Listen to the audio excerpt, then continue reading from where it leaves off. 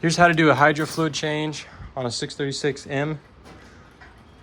Step one, it's gonna be to get all the fluid out. There's two ways to do that. The first one is to remove this cap and use one of these fluid extractors. This is a really nice one, I like it, Mighty Vac.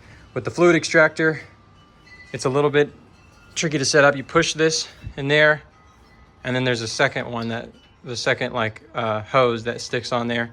And then you have to make sure this thing is in the right valve position, which is down to suck, up to push out. So you definitely want to make sure that's down. Stick the thing in there and then just pump it, and then it'll slowly extract all the fluid. The second way to do it, if you don't have a vacuum, is just, and this is on John Deere's website, is just to remove the filter, which is right there. Just remove that and then put a funnel under there and then let it drain out. I don't really know which one works better, but I already had this, so I just used this one. But I'm sure that works fine too.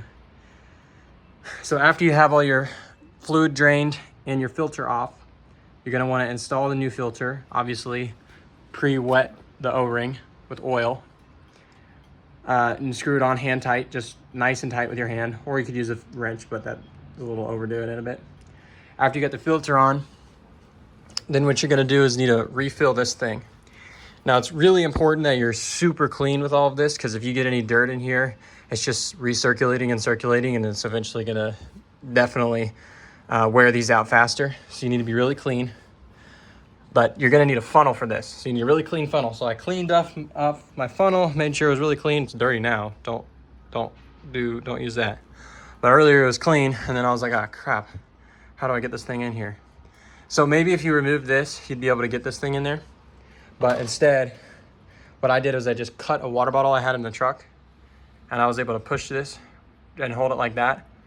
And that worked much better because I didn't have to remove this seat. Now, it was definitely slow, and I had to use this big, huge jug right here. And I had to hold it from the bottom like this and go like that. And that was tricky, but it worked. On the website, I think it said 2.8 liters is what you're supposed to put in there. And this is 3.8. And as you can see, I have over a liter left. So clearly, there was some fluid that was still left in the pumps when I did this. So instead of going off of measurements, what you should do is just slowly fill it up until you see oil back in here. And then whenever you see that, you want to make sure that there's some oil and some air. And then you're going to want to fill it. It's kind of hard to see, but there is an air pocket in there. Man, that's really hard to see on the camera. There, you can kind of see it there. There's an air pocket, very small. What you want to do is fill it up to where there's either a really tiny one or it's all the way full. But I like to have a little tiny one to make sure that I'm actually right here and not like way up here in the level, right? So make sure there's a little tiny bit of air. Then what you're going to do is open up the bypass valves on these, leaving your cap off. Open up the bypass valves. On a right, they're right here. That's what I'm used to. So I was like, oh, okay, do you need a hex thing? No, these are not bypass valves. I don't know what these are, but don't mess with that. The bypass valves are on the back side of the hydros. Back here, let me show you. Right there.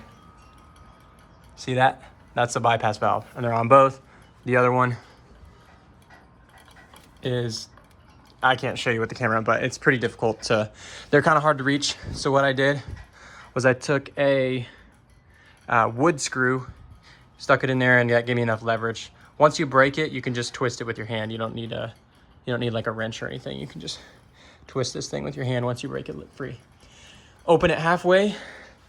Then jack up one wheel or both wheels, but I could only do one at a time. And the wheel that you jack up, start the engine. Again, the cap is still off at this point. I mean, that's on, but imagine the cap is off. Run these back and forth about 5 or 6 times. I ended up doing more because I had more air, but 5 or 6 times minimum. If you have a bunch of air, you could do it back and forth even more times with the wheel in the air. Drop the wheel down, close the valve, do it on the other one, or both at the same time. Make sure your valves are closed. Come over here. This probably has dropped down the level. So if you need to, you can add more, but if it's within you know, the valve and you can see it and everything, then you're good to go. Make sure that cap is very clean. Screw that thing back on tight and you are completely done.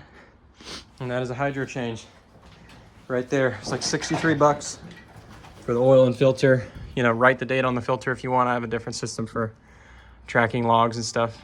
But anyways, that's how you do a fluid change on the John Deere 636. It's a little tricky. Main thing is getting that dang filter in there. I didn't know that was gonna be difficult, but that's how you do fluid change.